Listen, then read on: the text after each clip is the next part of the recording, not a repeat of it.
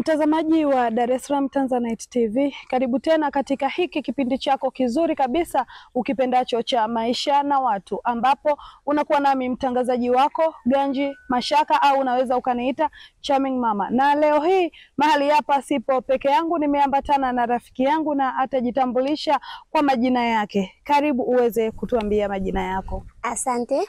Mtazamaji wa Dar es Salaam Tanzanite TV, leo utakuwa na Imelda Bahati kwenye kipindi cha maisha na watu. Karibu sana Imelda. Asante sana. Basi mtazamaji, tunataka tukwambie kwamba usikose katika kipindi hiki, kwa sababu tuko na mada nzuri kabisa ambayo tutaijadili kwa pamoja. Bila kusahau ni mada ambayo inasema wazazi na malezi. Imelda, leo tuko hapa kuweza kuzungumzia malezi, hususani upande wa wazazi kwa watoto wao. Kama ambavyo tunajua kwamba dunia imebadilika, malezi yamebadilika, mambo yameenda kasi sana. Kwa hiyo hivi swala la malezi unaweza ukalizungumzia vipi kwa upande wako? Kwa mimi malezi ni sehemu pana. Yani malezi yapo yamegawanyika. Sasa hapa unaweza kusema malezi, mzazi jinsi anavyolea familia yake. Yani anataka labda watoto waishi kufuata misingi ya kidini, labda wafate maadili, wafate mila na desturi. So unaona hapa unakuwa na mzazi ndo anapochagua watoto wake waishi kwa namna gani, wawe wa aina gani. Hapo mzazi anaweza kuchagua mimi watoto wangu washike dini, au wengine mimi washike mila kama Wasukuma walivyo. Mtoto uwezi ukakatiza mbele babako umevaa short skirt. Unatakiwa uvae nguo ndefu, ikiwezekana unajifunga na kitenge kabisa. Ndivyo ilivyo. Mtoto unarudi kwa kuchelewa nyumbani kabla ya mzazi. Yaani mzazi anafika, wewe unamkuta mzazi wako ashatoka kazini, mtoto ndo anafuatia kufika nyumbani baadaye. Ni namna kizazi ambavyo kinaelekea. Wenyewe wanasema ni dunia ya utandawazi. Sambamba na hayo Imelda, kuna hii sasa uleaji wa watoto, hususani tabia wanakuaga nayo sana wazazi wa kike, kuendekeza watoto.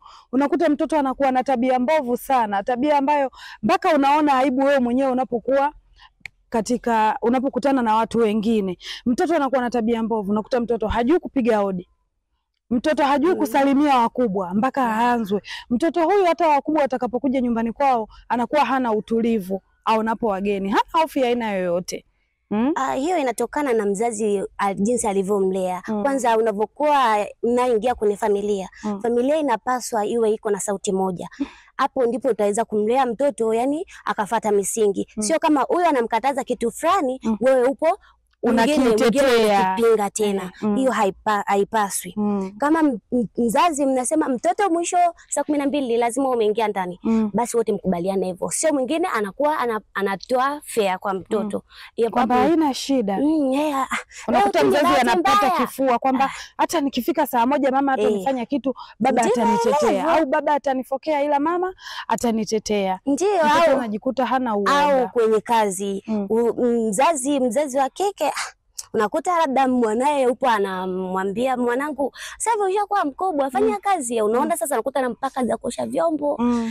Mzazi mwingine anaona kabla unamtesa mwanangu bado mdogo, kumbe yani mwanangu asome. Yani mtoto inapaswa yani umkunje angali bado mbichi, umfundishe namna ya kuishi, ajue kazi, ajue shule kama ipo. Lakini yani inatakiwa yani mzazi umpangie ratiba mtoto. Akitoka shuleni, kama ana homework afanye, apumzike, apate muda wa kusoma, apate pia na muda wa kusaidia kazi za nyumbani. Wewe mzazi hapo ndio unatakiwa umpangie sasa ratiba mwanao aende, yani awe na maadili mema.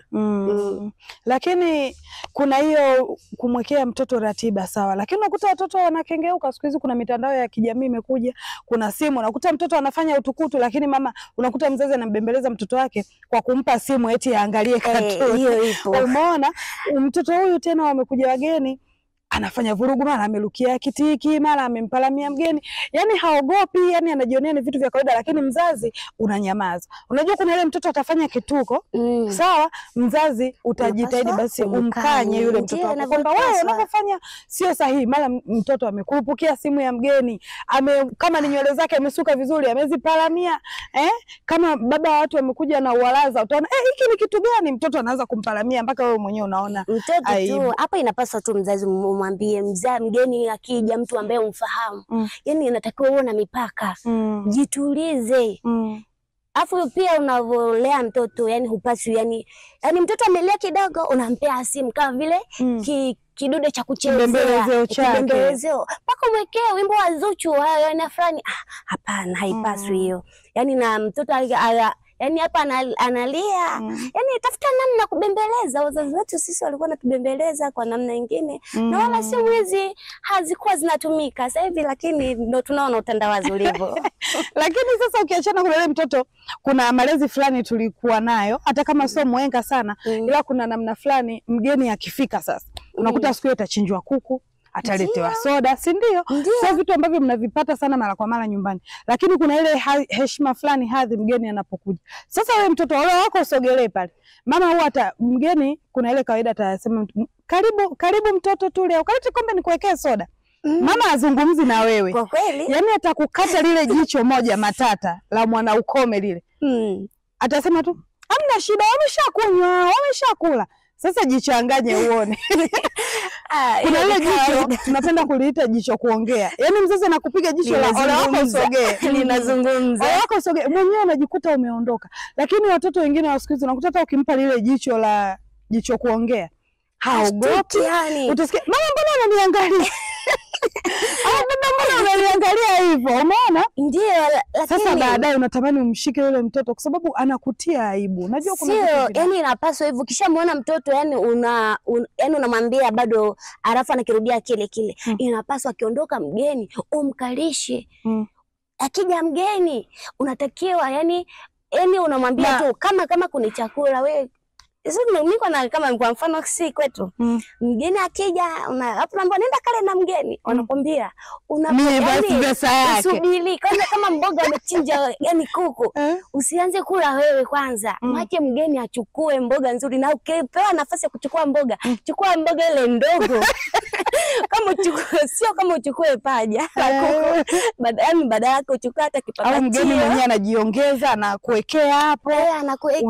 Unakula, umeona? Yani ndivyo na mzazi anapaswa amlee mwanae. Lakini unafikiri ni kwa nini sasa mambo ya namna hii yanatokea? Nadhani ni kwa vile wazazi wengi siku hizi hawana muda wa kukaa na watoto wao. Kwa sababu mambo ya ajira, majukumu yamekuwa mengi sana duniani hapa, kiasi cha kwamba mzazi anakosa muda wa kuwa na mtoto wake na hamna cha kujitetea, ni uzembe. Kwa sababu hata kama unaenda kazini, kuna ule muda utakaporudi basi zungumza na mwanao. Lakini kinachotugharimu zaidi ni ile ya kusubiri mgeni aje ndio mfundishe mtoto tabia. Kuna hizi tabia mtoto inabidi afundishwe hata kama hamna wageni. Kama wazazi wanapokuwa mtoto wetu umetengewa hiki ni cha kwako, hata kama mnakula sahani moja, basi lakini mtoto anakuwa na utulivu fulani. Sio mtoto anapoona soda basi utaona amesogea karibu na mgeni, amejisogeza. Kuna ile tabia mtoto mwingine utasikia nitakunywa soda na mimi naipendaga. Anamsumbua mgeni. Ni tabia ambazo inabidi wajifunze hata kama hamna mtu tofauti. Ndio, hiyo inachangiwa na mambo mengi. Unaweza kusema mbona huyu mtoto anakuwa na shauku ya kunywa soda. Yaani unatakiwa hata siku moja unapotoka kazini wewe mzazi, beba zawadi kwa ajili ya watoto wako. Juisi, wazione ni jambo la kawaida. Hata kija mgeni, wanakuwa tu ni mambo ya kawaida. Hii imeletwa kwa ajili ya fulani. Yeye anakuwa analifahamu. Unamfundisha mtoto kuacha ulafi. Yaani inatokana na mtoto kukipata hicho kitu kwa muda mrefu. So unajua tena ukiona ukipata kitu mara kwa mara unakiona kumbe ni cha kawaida. Hizi chips kumbe ni za kawaida. Ndio ilivyo. Siku moja unawatoa unawasurprise. Wanaona Mungu kumbe dunia ndio inaenda hivi. Umeona hata mgeni atakapokuja hawezi kuhangaika na ile soda yake au chakula chake alichopakuliwa. Lakini basi nini kifanyike kwa wewe mzazi ambaye unajua mtoto wako ana hiyo tabia? Anapoona mgeni basi haraka atakurupukia kwenye ile meza ya mgeni. Mimi nataka nimpe mbinu mzazi. Mtoto akiwa namna hiyo basi unapopika kule jikoni, hakikisha unampakulia mtoto wako chakula chake kwa muda huo. Na umwonye umwambie sasa nimemtengea mgeni pale mwanangu, usije ukaniaibisha. Ila ni vitu vya atutetei, ila tumesema ni vitu ambavyo unatakiwa kuvionya tangia mapema. Sio mpaka unapoona watu wapya katika mji wako ndo mfundishe mtoto tabia. Inakuwa ni kitu ambacho hakipendezi. Lakini sasa kuna hilo moja, tumezungumzia hilo swala la tabia ya ulafi kwa watoto wanapoona mgeni wanakurupukia. Kuna hii nyingine, kuwafundisha watoto namna ya kula, namna ya kukaa, kuwepo namna fulani. Unakuta kuna mtoto Imelda huwezi kula naye sahani moja. Wanasema watoto ni malaika, lakini kuna mtoto ana ulaji fulani wa kiuchafu. Hii inasababishwa na nini?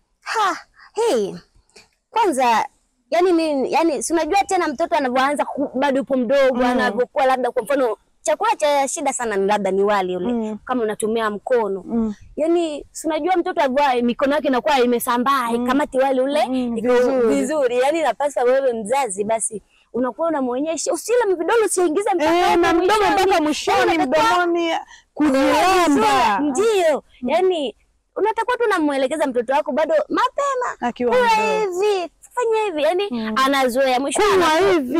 Mtoto anakunywa vitu, yani anafunda hajameza kingine, anaweka kingine. Yani hapa natakiwa tuwe mzazi kumrekebisha bado mapema. Yani bado kadogo, afa asiwepo mwingine asema mwache bwana, asiwepo sauti nyingine akumkatalia. Ikimkatalia baadaye yatakuja kuwashinda ya kawaida. Kwa hiyo hapo makosa asilimia kubwa yanakuwa ya mzazi. Basi mzazi, katika malezi yetu tujitahidi na ili pia kuliangalia katika ulaji wa mtoto wako. Ndio ile inapelekea Imelda unakutana na rafiki zako, mnataka kutoka, mpo zenu chuo, mnataka kutoka.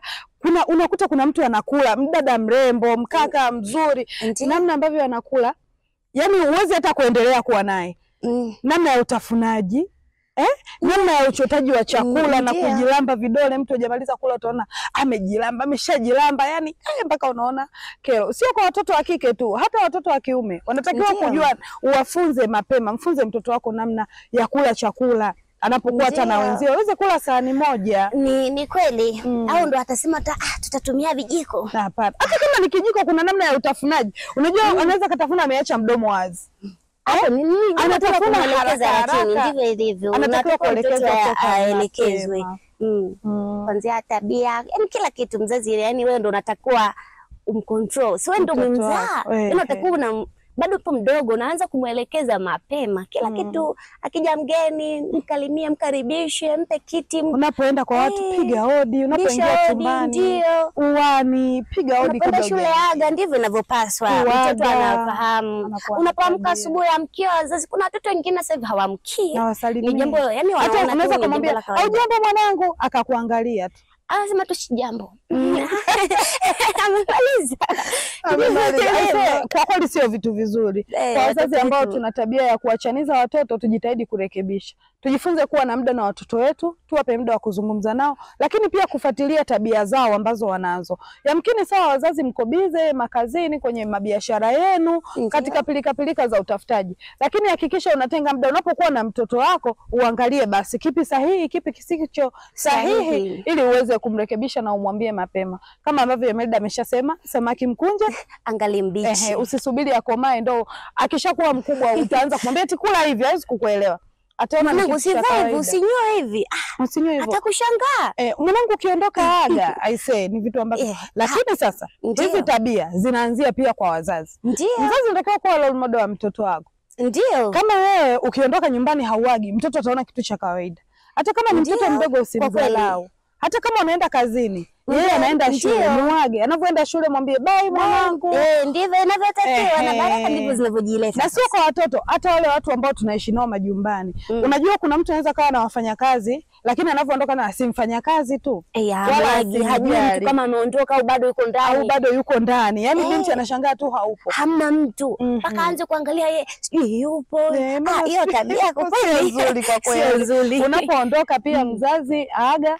Lakini pia unaporudi, waambie watoto wako, watoto nimerudi mama yenu, mmeshindaje?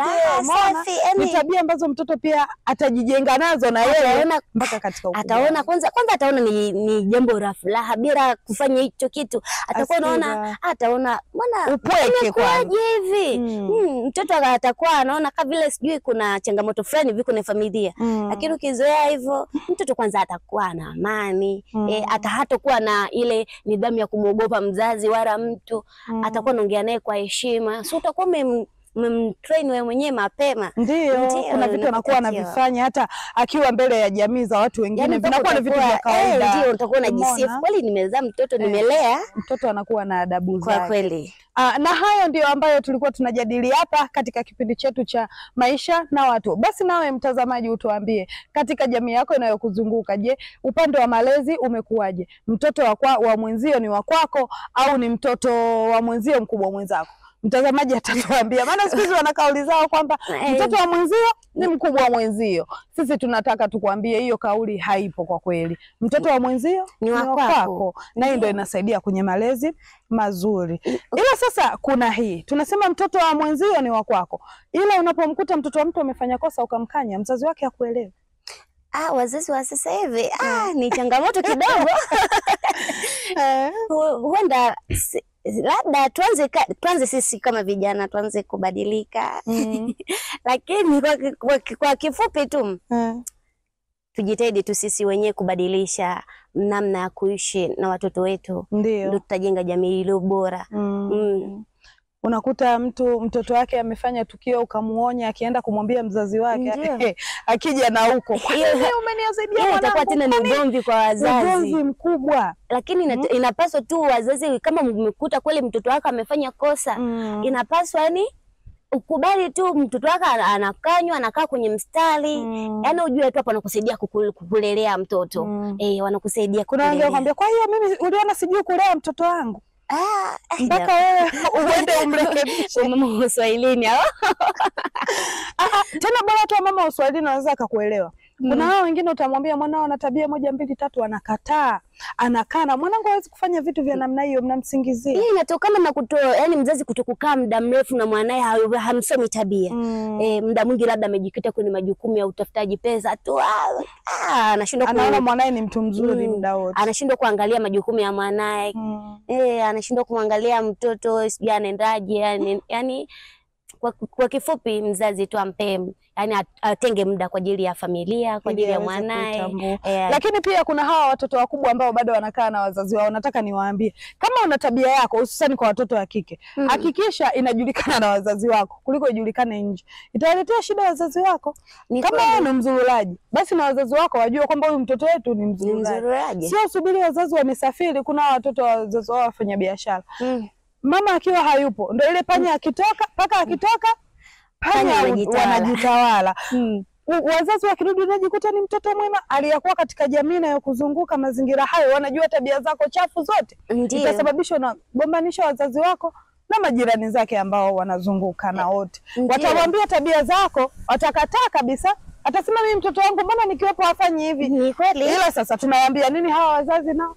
Wasipende kukubali kuwakatalia watoto wao makosa yao. Siku zote watu wa nje huwa wanaona zaidi tabia za ndani kuliko zile za nje. Kwa hiyo wawe makini wanapoletewa tetesi kuhusu watoto wao, wachunguze na ikiwezekana wawe karibu na wale wanaowaletea taarifa.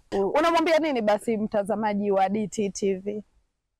Mtazamaji wa DTTV, ninachomwambia kwa siku ya leo, nitaondoka na kule nasema samaki mkunja ngali mbichi. Ndio. Asija ikawa ameshafikia tu amekauka, anaoka lazimishwa mchemshie maji, hatavunjika. Mwisho wa siku tu dunia itamfunza. Kumbe tulishakosea tangia huku chini. Ndio, msingi unajengwa bado mdogo. Matokeo yake ni ukubwani. Ni ukubwani. Huwezi kujenga unanilimu. Inabidi uzibe ufa kabla ukuta kabisa. Basi mtazamaji wa Dar es Salaam Tanzania TV, hivyo ndivyo tunavyomaliza katika kipindi hiki cha maisha na watu. Usiache kudondosha komenti yako ili tuweze kuwa pamoja zaidi. Asante.